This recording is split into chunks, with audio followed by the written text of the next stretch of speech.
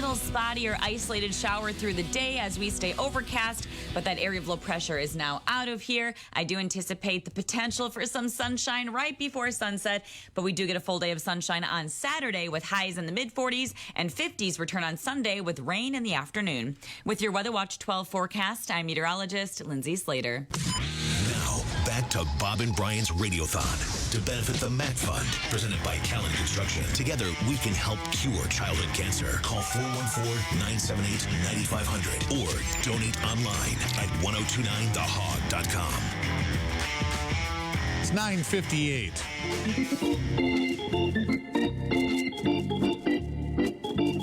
When he was on the line with us, Scott Ford, Milwaukee Admirals. What did we talk about last time you were here? Well, I think we dabbled in a little bit of everything as usual. But sometimes it's not really hockey related, but that's okay for the This is true. listeners. That's why we call it the exciting world of Scott Ford whenever you're on. I don't know how exciting it is these days, but it's getting to that point of the season where it's a little bit Groundhog Day-ish, but we're grinding along and enjoying some weather here in Austin, Texas right now. So I think we have 9 games left, and we're right in the thick of things here. In the thick of things, you're in the driver's seat. You're in first place. but that's being politically correct coaching terminology right there, right? How superstitious try are to you? downplay everything. How superstitious are you when it comes to hockey and saying things or touching things or washing things or whatever? Leaving your hat on the bed or, yeah. I don't know. When I was playing, it was a lot different than coaching. Obviously, I wasn't very superstitious, just kind of more routine. I think we talked about it a little last time, but you end up finding you drive to the rink the same time, then you go the same routes, you try to wake up the same time, eat the same things, and things in that nature. And sometimes if your game goes a little off the rails, you really try to switch it up. But I had a coach late in my career. It was actually Kirk Muller, who's a longtime NHLer, said that Bob Gainey, when he was in Montreal, used to throw in curveballs to the guys all the time. He used to make bus times at like 9:17 or instead of like 9:15 or 9, just random times, because he said if you're a routine guy or super scheduled and something goes haywire in your day, that it can't just absolutely totally mind F you. It's like you need to be prepared and need to be able to kind of adapt and kind of go on the fly. So I thought that was kind of a good idea, and I tried some certain different things in that regard, because if you get so regimented and all of a sudden there's something out of your control and that totally basically gets your mind going for the day, then you're probably not a very strong-minded athlete or person in general. So it's kind of a good way to figure some different timing things out and that. And then I hated dirty laundry. Like, I can't, even as playing in beer league or working out, my stuff is not clean. It feeds me out big time. So I need washed stuff.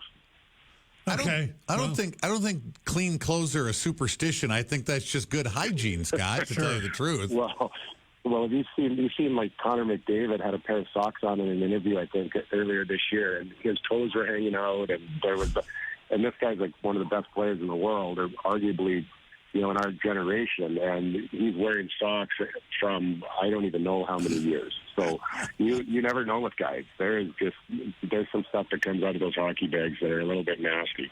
Okay, we're not in the middle. We're not in the beginning. We're not in the middle. We're at the end of the season. And during the middle of the season, you guys had a great winning streak that ended at what? How many games in a row did you win? 19. 19 in a row. So that was a nice run. You had that going on there, and you played solid hockey after that. But now your mindset has to change a little bit. Like you said, there's only 9 games left, and you're in good shape. So what is the thought process now when it comes to each game? Well, I think we just, for us, is trying to set a kind of a standard of play again of what's going to make us successful. We had a lot of injuries coming out of that streak, and some call-ups and guys moving on to the National League that we haven't seen for a while. So we kind of hit a little bit of a bump in the road, and our record kind of took a hit as well. So we went from such a high and on such a pedestal with kind of finding ways to win games to all of a sudden finding ways to lose. So now we're just trying to, get a little bit healthier, get kind of our standard of play back to, where we're competing every night and we're in hockey games. Like we, there's a certain way we have to play. We have to be simple, get pucks deep, and forecheck and all the cliches and things like that. Manage the puck, but it definitely is.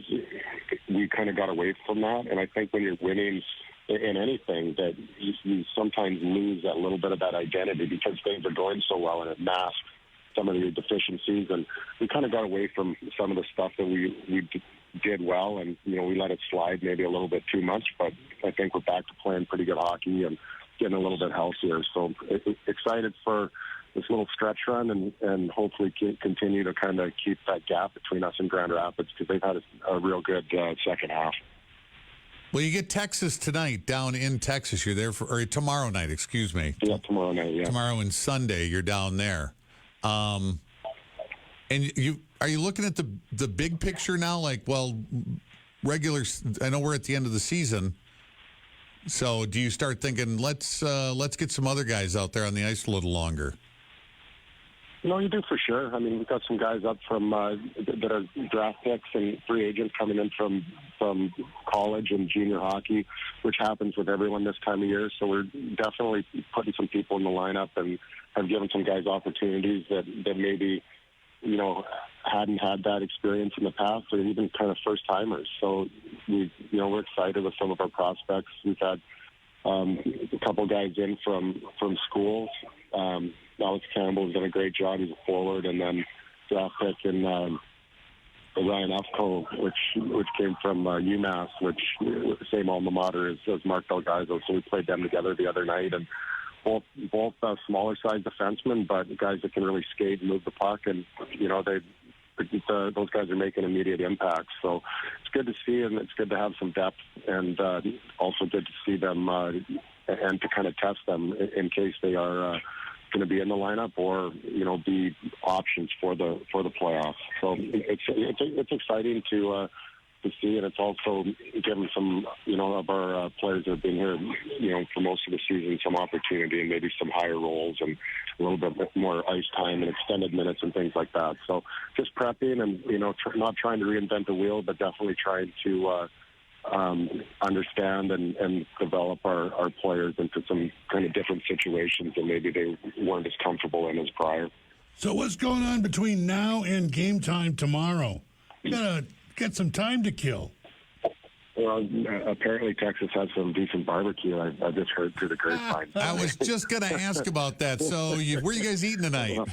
Well, I'm not going to go sit in Franklin's line for 5 hours or whatever it is. But we Rudy's is kind of a staple for us when we're here. It's a good spot. Steiner Ranch is another kind of real cool spot. A little bit of a commute, but there's some. We're out in kind of the Round Rock area, so we're not right downtown Austin, but I'm sure on the way to Austin. I mean, the Domain area is another excellent spot, and there's kind of unlimited resources to have some food and libations. So it's nice to have some reprieve from kind of that cold front we had come through. So nice here today, and we'll try to kick back a little bit and enjoy some of the weather. But also, like we said earlier, Eric, we practice at 1 o'clock today, so it kind of breaks up in the middle of the day, which is